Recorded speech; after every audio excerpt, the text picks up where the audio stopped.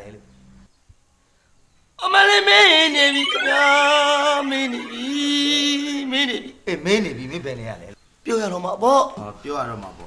မဟုတ်ဘူးလေအဲ့ဒါကျွန်တော်နေရပြောတော့မှာပေါ့ဟုတ်ကျွန်တော်နေကိုပြောတော့မှာပေါ့ အေးပြောတော့လေငါမင်းနေဟဲ့ငါတို့စစ်သားနော်ပြသားသားပြသားပြောပြသားမင်းပြသားပြော ဟုတ်ကဲ့ပါ တိတ်မကွန့်နဲ့ အဲ့ပြောရတော့မယ်နေဘူးကျွန်တော်နေရအေယာဝတီတိုင်းသားလေးပါခင်ဗျာအေယာဝတီတိုင်းသားလေးပါခင်ဗျာ အေးရဝဒီတိုင်း ဟုတ်ကဲ့အေယာဝတီတိုင်းပါ မင်းဖေက ဥလက်တာပြင်းတဲ့ မင်းဖေကဥလက်တာပဲ ဟုတ်ကဲ့အေယာဝတီတိုင်းသားလေးအဖေနာမည်ဥလက်တာပြင်း အမေက ဒေါ်တိုက်ဖက် တော့တိုက်ဖက် ဟုတ်ကဲ့ ရပြတခါမှမကြောက်ဘူးဒီနာမည်မျိုးတွေမင်းတို့အေးရောက်တိုင်းမှာပေးတယ်လား ဟုတ်ကဲ့ခင်ဗျာ တော့တိုက်ဖက်ဟုတ်ပြီနာမည် ဟုတ်ကဲ့ နာမည် အိုးဆရာလွတ်တာလွတ်လိုက်စားပါဆရာလွတ်လိုက်စားပါအမလေး ဟမ်မင်းဘာကိုပြောနေတာလဲမင်းရဲ့နာမည်ကိုမင်းနေတာမင်းဖေမင်းမေကပေးတာမင်းရဲ့နာမည်ကိုမင်းနေတာဘာကိုနာမည်ပြောနေတာဟမ် ဟုတ်လေနာမည်ဆိုတော့ဟိုစာရင်းပြလေးလဲမလားလို့ကျွန်တော်နှခေါင်း လေးလဲစရာလားလေးလဲလဲမင်းကပြောစရာလားငါလွတ်ထက်လိုက်မှာမင်းနာမည်ပြောတာ ကျွန်တော်နာမည်ကတော့ဘေးရာလို့ခေါ်ရခင်ဗျာ ပေးတာလို့ပြောလိုက်လဲပြီးတာပါပဲကွာ ဟုတ်ကဲ့ ပေးတာ ဘေးရာ ဟုတ်ပြီအသက် အမေကပြောတော့အင်းကနွားမကြီးပျောက်သွားလေအချင်းလို့ပြောတာပဲ အမဟဲ့အဲ့လိုပြောလို့မရဘူးလေမင်းတက်ကဟို10နှစ်ဆို10နှစ်အနှစ်20ဆို10နှစ်အဲ့လိုပြောလေနမကြီးခိုးတာငါဘယ်လိုသိမှာ ဟိုလာပြကျော်တရက်နေ့30ကနေပြီးတော့3နှုတ်တော့လောက်ရှိပါ20ခွန်ကွာ29ကနေပြီးတော့ထပ်ပြီးတော့နှုတ်ဆက်မအောင်ကွာ ဘယ်လောက်နှုတ်ကမှာလဲ နေပြီးတော့29ဆိုတော့26 25 24 20ကျွန်တော်တက်က21 21လို့ပြောလိုက်လဲပြီးတယ်ငါစိတ်ရှိတယ်နော်ငါစိတ်ရှိတယ်ဟေးတွေ့ပြီ21နဲ့ဟုတ်ပြီရပြီဘယ်နေရလဲနေရ မဟုတ်စီရဲ့ကျွန်တော်ရှင်းနေတာမဟုတ်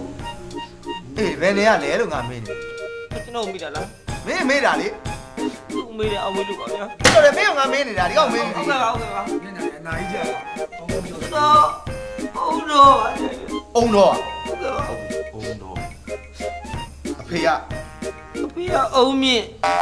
အုံတော့ရွာကအ ုံမြင့် ဦးအုံမြင့် ဟုတ်ကဲ့ပါအုံမြင့် ဦးအုံမြင့်ဟုတ်ပြီအမေက အုံမြင့် ဒေါ်အုံမင်း တော့အုံမြင့် အာ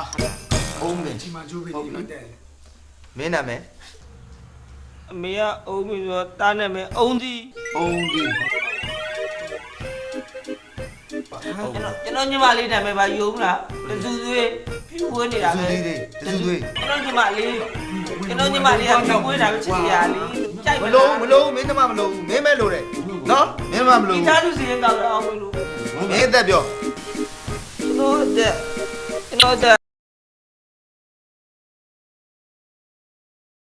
ကျွန်တော်တို့အမေနဲ့ဖိနေရန်ဖြစ်တော့27နှစ်ကိုတဲ့သူက365ရက်ပြန်လျှော့လိုက်တဲ့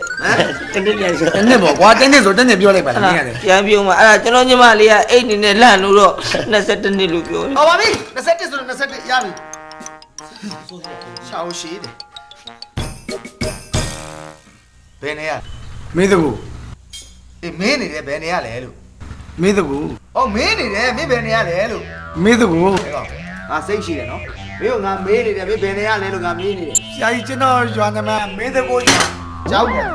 မင်း မေးတကူရွာရဲ့လို့ မင်းတကူရွာ မေးတကူရွာအထက်ဘက်ကလား ဟုတ်ကဲ့ကျွန်တော်အထက်ဘက်က ဟုတ်ပြီမင်းအဖေနာမည် မပြော ဟမ်ပြောရမယ်လေလူကြီးကမေးနေတာမင်းအဖေနာမည်ဘယ်သူလို့ မပြောဘူး ပြောဟဲ့ကောင်မင်းအဖေနာမည်ပြောလားမပြောလား မပြောဘူးလို့ ဟဲ့ပြောတော့ မဟုတ်ဘူးဆရာကြီးကျွန်တော်ပြင်တယ်မှာဦးမပြောဘူး ပြေးရရှာလို့ကွာနာမည်များဥမပြောဘူးထားလိုက်တော့ တော်တဲ့အေယာဝီရဲ့စံတက်တာ ငါတည်းနေ ထားပါတော့ထားပါတော့ငါတော်တော်စိတ်ရှိတယ်နော်မင်းအမေနာမည်ပြော မသိဘူး ဟဲ့ကောင်ကို့မွေးတဲ့အမေတော်မသိဘူးလားမင်းအမေနာမည်ပြော မသိဘူး ဟဲ့ပြောလို့ငါပြောနေနော် ကျွန်တော်မင်းနဲ့မှာတော့မသိဘူး မင်းအမေနာမည်မသိဘူးတော့မသိဘူး တော့မသိဘူး ဘလူလူမျိုးကြီးလည်းမသိပါဘူးကွာတခါမှမကြောက်ဘူးတော့မသိဘူး တော့မသိဘူးသူလည်းအေယာဝီတဲ့စံတက်တာပဲ ငါ့ဥစားမ တက်ချင်နေတဲ့တရားတက် ငါ့ကိုမတက်နေလေငါ့ မင်း ကို ကိုတက်စရာလားမင်းအုံးမမဟုတ်တာငါအေယာဝီတဲ့စံတက် ကျွန်တော်တက်တာကိုသူလိုက်တက်တယ် မင်းနာမည်ပြော ကျွန်တော်နာမည်လားဟိုတင်လွင်မိုးပေါ့ ထင်လွင်မို့ပေါ့ တင်လွင်မိုးပေါ့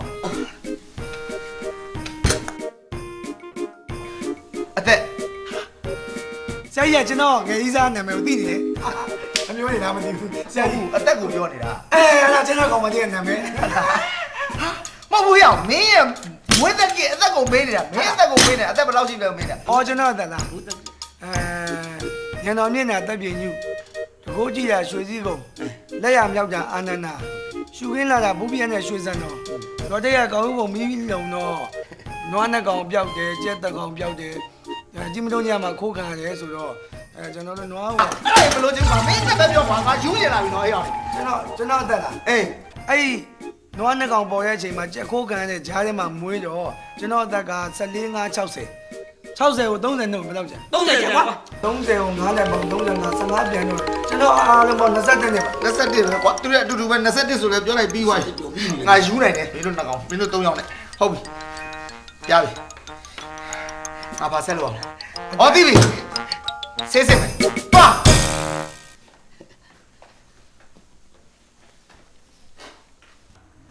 မင်းတို့တော့စစ်တာအောင်သွားပြီဆိုတော့ကမင်းတို့တင်တန်းတက်ပြီးတာနဲ့စစ်သားရဖြစ်ပြီနော်ဟေးဟာလို့ စစ်သားရပြီသူတို့ကိုစီရလို့ ဟောနမေပြည်ညမှာမရှိကွာအတင်းတန်းတော့မကြက်ရသေးဘူးမင်းလေ ဒီကောင်တော့ငိုနေတင်တန်းတော့ခံမလားမသိဘူးဟမ်ဟေးဟေးနေကွာတော့ငိုတာကြိုက်မင်းကတွေ့မယ် ဟုတ်ကဲ့ပါ ဒီမှာမင်းတို့စစ်သားဖြစ်သွားပြီစစ်သားဖြစ်သွားတဲ့ခါမှာစစ်သားစိတ်တော့မိုးရမယ်မင်းတို့ရသားရင်မို့တော့ဟုတ်ပြီနော် ဟုတ်ကဲ့ အဲ့တို့စစ်သားဝင်နေဆိုတာဒီတိုင်းရိုးဝင်လို့မရဘူးရည်ရွယ်ချက်တော့ရှိရ ရှိတာပေါ့ဆရာကြီး ဟုတ်ပြီနော် โอเค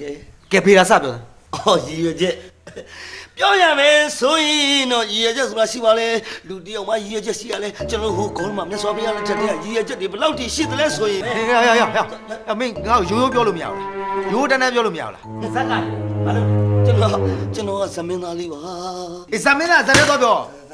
ဒါတက်ထဲမှာဇက်ကုန်မမဟုတ်ဘူး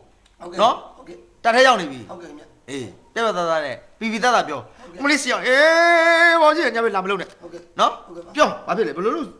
စစ်တဲ့ဝင်နေတာပြော ရည်ရွယ်ချက်ပြောရမယ်ဆိုရင်အမလီမမယေမမယေမေဘီရည်ရွယ်ချက်မေဘီအမမေပြောရလား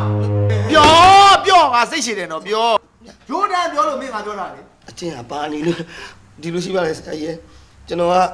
ဇမင်းသားလေးဆိုတော့လေကျွန်တော်ဇက်ထောင်ပြီးတဲ့ဆက်စရာကျွန်တော်နဲ့အသက်90လောက်ကြီးတဲ့မမတယောက်နဲ့ကျွန်တော်အိမ်အောင်ကြခဲ့ပါပြီအဲ့အိမ်အောင်ကြပြီးတဲ့နောက်ပိုင်းမှာကျွန်တော်ဇက်ကို3နှစ်တိတိကတယ်အဲ့3နှစ်ကပြီးတဲ့အချိန်ထိကျွန်တော်ဆိုရင်လေအင်မတန်မှဂရုစိုက်ပါလေဒါပေမဲ့ကျွန်တော်ကဒီဝစားတွေတာတာနာနာဝရွှေတွေငွေတွေစင်းတဲ့ခါကျတော့ကျွန်တော်ဘာမှမကြိုက်ဘူးတဲ့နင်အဲ့လားမဝေ့အောင်လေစုပ်စုပ်ပြပြဝေ့ရမယ်လေကျွန်တော်ဘာဖြစ်လို့လဲမမရေးမိတဲ့ခါကျတော့မမကျွန်တော်ပြန်ပြောတယ်နင်အဲ့လိုဝေ့တဲ့ခါကျတော့လေကောင်မလေးကနင့်ကိုကြည့်တဲ့ခါကျတော့အမလေးနင့်ကိုကောင်မလေးကလေဟိုဒီဆွဲဆိုငါ့ကိုနင်ပြစ်ခေါ်တော့မှဆိုတော့ကျွန်တော်စုပ်စုပ်ပြပြကိုခိုင်းနေဆရာကြီး အဲ့ဘာဖြစ်လို့လဲ မနာလို့လားဆရာကြီး ချစ်တယ်ပူတာ ဟုတ်တယ်ဆရာကြီးကျွန်တော်စုပ်စုပ်ပြပြကိုခိုင်းနေကြတော့အပီပီဦးစားလေးကိုတည်းပါတိတ်ဆိုဘူးပါတိတ်ဝမ်းဆက်လက်ကောက်ဆိုရင်လည်းလေရွှေလက်ကောက်ဆိုရင်လည်းဒီလိုဒလောင်စစ်ထီရောက်တယ်ဗျာအော်အဲ့ကျွန်တော်ကြတော့စိုးပြတ်ဘူးတော့သူကြတော့ဘာလို့အဲ့လိုဝေ့ရလဲမမရဲ့လို့မေးတဲ့ခါကျတော့မဟုတ်ဘူးလေတဲ့ငါအဲ့လိုဝေ့တဲ့ခါကျတော့နင်းကိုဇန်းတင်ပြီးသားဖြစ်သားလေတဲ့နင်းနဲ့တတိကတော့ရဲ့တတိသမီးရဲ့ကတော့ဖြစ်သွားကတော့မဟုတ်ပါတတိသမီးရဲ့ မင်းကပြောရင်ရှုပ်နေ တတိသမီးရဲ့ယောက်ျားဖြစ်သွားလေတဲ့အဲ့ကြောင့် तू ကတတနန်းနန်းဝတ်တယ်ဆရာကြီးရဲ့အဲ့လိုပဲကျွန်တော်စားတဲ့ခါကျတော့လေအားရပါရလေကျွန်တော်နွားနူလို့မလိုင်းလို့ချစ်ဦးလို့အားရပါရစားတယ်စားတော့အဲ့တော့မစားနဲ့လေကျမ်းမာရေးထိခိုက်တယ်တဲ့ကျွန်တော်အဲ့ဓမင်းကျန်းနဲ့ငါ6ပုံနဲ့ကျွေးတယ်ဆရာကြီး သူကြတော့ဘာစားလဲ သူကြတော့လေဟမ်ဘာဂါတို့တီဦးတို့တနေ့ကိုတီဦး9ဘွဲ6ဘွဲ9ဘွဲမကစားတယ်အမမအဲ့ဒါဘာလို့စားလဲဆိုတော့မဟုတ်ဘူးတဲ့ငါအဲ့လိုစားမှငါဘွားဖိလာတဲ့ခါကျတော့နင့်ကိုပြုစုနိုင်မယ်တဲ့အခုတော့သူနဲ့ကျွန်တော်နဲ့ကွဲသွားပြီဆရာကြီးကွဲသွားပြီ အဲ့ဒါနဲ့ပဲမင်းစစ်တဲ့ရောက်လာတာပေါ့ သူနဲ့ကျွန်တော်နဲ့မညာကြီးအချင်းအစားပြီညာရဲ့အချိန်ကြီးသူ့ရဲ့အိမ်တော်ကြီးကနေပြန်လာကိုလည်းခါကြတော့သူကျွန်တော်ကိုထားခဲ့တယ်ကျွန်တော်ဇက်သမားလေးပြီးတာလေအင်မတန်မှအသေးဒီနာပြီးတော့ခံစားရလို့ငါဒီလိုလုပ်လို့မရတော့ဘူးဇမင်းသားနဲ့ဒီလိုမိတ်ကတည်းမလိမ့်တော့ဘူးယောက်ျားဖြစ်တဲ့တန်းနဲ့ယောက်ျားစစ်စစ်အေကံပြည့်တဲ့တန်းနဲ့စစ်တပ်ထဲကိုဝင်မယ်ဆိုပြီးတော့ရွေးချက်ကြီးမှာပါလေဆရာကြီး မင်း င်းရွေချက်ကလည်းတိတ်မဟုတ်သေးပါဘူးကွာအသက်ကွဲဝင်လာတဲ့ဒီဇိုင်းဖြစ်နေကဲထားပါတော့ဒီစိတ်တွေဖြောက်အောင်မနော်ဒုတိယရောက်လာ ဖြောက်နေပြီဆရာကြီး ဘယ်ကောင်ပြောသား အဲ့လိုရည်နေရတာလေ ပင်တော့မကြက်သေးဘူးရှီတန်းနဲ့မထွက်ဘူးနမိတ်ပြီးရှင်မှမရှိငိုးမနေနဲ့ ရလို့မလို့ငါရဲ့အဖြစ်ပြဟောင်းနေသွားတယ် မင်းအမေသေးလို့စိတ်ထဲဝင်လာတာတော့မဟုတ် ဟုတ်ရကျွန်တော်တို့လက်ထဲမှာလေကျွန်တော်ကြီးသား2ယောက်ထားပါဆရာကြီး ဟောလာပိုင်းတယောက် 2ယောက်တော့ကျွန်တော်အရင်ချစ်ပါတယ်ကျွန်တော်လည်းသူတို့2ယောက်ကိုအရင်ချစ်ပါတယ်အဲ့ဒါသူတို့2ယောက်ကလေကျွန်တော်တကြဲနောက်ဆုံးရကြရင်နဲ့လာခိုးရမယ်တဲ့2ယောက်စလုံးကတယောက်ကဆက်ချုပ်ပါတယ်တယောက်က9ယောက်ပါတယ်အဲ့ဒါဆက်ချုပ်တဲ့ကောင်မလေးကတကြဲနောက်ဆုံးရလာဖို့ကျွန်တော်ကကြီးနဲ့ထိုးမယ်တဲ့9ယောက်နဲ့ကောင်မလေးကလည်းတကြဲနောက်ဆုံးရလာဖို့ဓမ္မနဲ့ခုံးမယ်တဲ့ ငါတို့အဆုတ်ချက်တဲ့ဆုတ်လိုက်ပေါ့ အဲ့ဒါသူတို့2ယောက်ကဝိုင်းထိုးကျွန်တော်သိပါလေသူတို့သိတော့မကောင်း